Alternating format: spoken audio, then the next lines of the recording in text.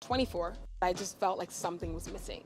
I always said that I was comfortable in my body. I love myself. I love my body. Of course, I would never hurt my body or harm my body. But at the same time, I was afraid of my body. And if that was being told by my religion to cherish modesty, to always cover up, whether it's being told by my mother not to sit by certain people, certain, like even men on the subway, or even being told like, don't talk to certain people. It was just always a constant message to say, you are the one who's in charge of protecting your body, because there is always something that's going to come up against it.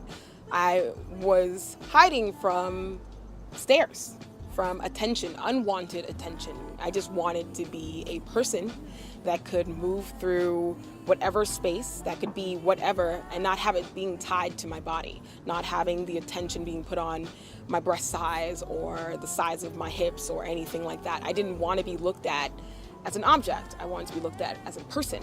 So I thought as a woman, it was kind of de facto that you were always going to be looked at as an object. So you might as well cover up. You might as well hide it so you can prevent it.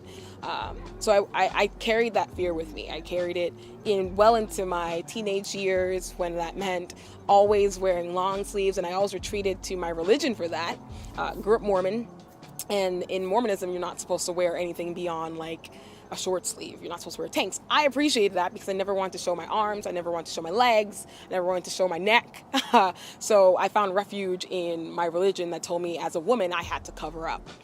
And I stayed with that until I was in college. But even then, covering up didn't really stop the attention. Like, people are still going to look at you if you have long sleeves on. People are going to still look at you if you have a turtleneck on. People are still going to look at you in sweatpants. So I was in sort of my own little prison. I was trying to protect myself by keeping everyone else at bay or trying to keep the eyes off of me.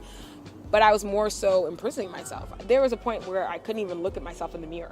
I wouldn't stare at myself in the mirror for more than 5 seconds. I couldn't do it. And my partners would watch me as I got ready in the mirrors. I'd close up. I'd run out of the room, or just like get angry and be like, why are you even looking at me in the mirror? Like, this is my time, my private time. And they're like, I'm just watching. I'm just like, well, I don't want to be seen.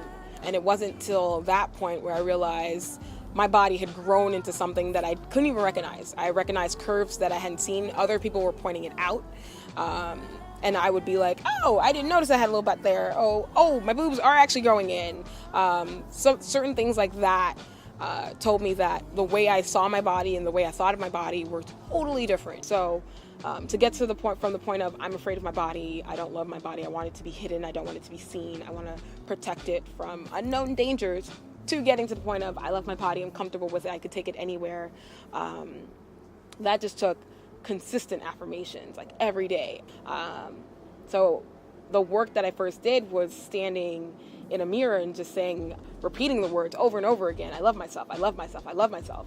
And you wouldn't think that's an emotional process, but it was. It was powerful. I felt like I was saying, like, Beetlejuice in the mirror in the dark 5 times, and then, something evil was going to pop up, but nothing evil popped up. It was just something beautiful happened. At that moment, I was like, wow, this is what it feels like to look at yourself and see yourself for the first time. So I remember thinking, okay, if I'm going to love myself, I'm going to have to forgive myself for all of the times that I thought I wasn't enough, if I wasn't pretty enough, thin enough, tall enough, light enough. I was going to have to forgive myself for even thinking those things, because those are going to come naturally. Those dark times are going to happen. I just had to get over those dark times. I had to forgive myself for even having those thoughts. And so one of the people I decided I had to really forgive, other than myself, was my mom.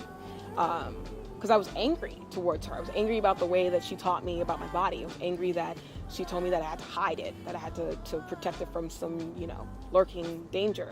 I was angry, and I didn't recognize that anger was turning in on myself. So in order to let it go, I had to forgive her. And so I had that conversation with her, and I was just like, it wasn't like a deep, I forgive you conversation. It was just like, thank you for what you did teach me, and thank you for helping me become the person I am today. But I'm ready to let go of all the stories that don't serve me. I had to let go of the pain. I had to let go of the past. I had to let go of everything that was holding me back. And that included myself. Like, I had to let go of everything that I was told to believe when it came to my body. So you always think it's going to be easy trying to change your life, change your body, change your mind. But it's not. is actually quite the most emotional work I've ever done, and it took a whole year. And it's not that it stopped after that year was up. It was just like, it's gonna take a lot of work and a lot of effort. Self-love is all about learning, relearning, unlearning the stories of love you've been told, the stories of love you believed. So when it came to releasing anything that I used to held on to, it was more so about unlearning everything I've been taught. Once I relearned how to love my body and how to treat my body and how to actually see my body, I started taking my body everywhere. I started taking it to places that I never thought I would take it. I started going out dancing more, no longer just staying in my my room or staying by myself in a corner. I was like on the middle of a dance floor. If no one's dancing, dance your body off, move it. Like, to me, loving my body meant moving it, no matter how it moved, in the ways that it moved, or what moved that I didn't want it to move. I started moving more. I started running more, and that's something I never used to do. I'd take off down the street. I'd take off down the track. I just pushed my body to see what it was capable of. It was no longer about trying to lose or release this pounds or weight that was holding me back. It was about seeing what I could do with my body. Every aspect of my life opened up. I was happier at work. I was happier in my relationship. Intimacy went to a whole nother level when it came with my partner, when it came to my relationships with my mom, when it came to relationship with strangers, when it came to my friendships. Just being comfortable in my body and being able to say, like, this is what I got, this is what I'm working with. And just to have that no longer sit on the back of my mind, no longer lurking on the back burner.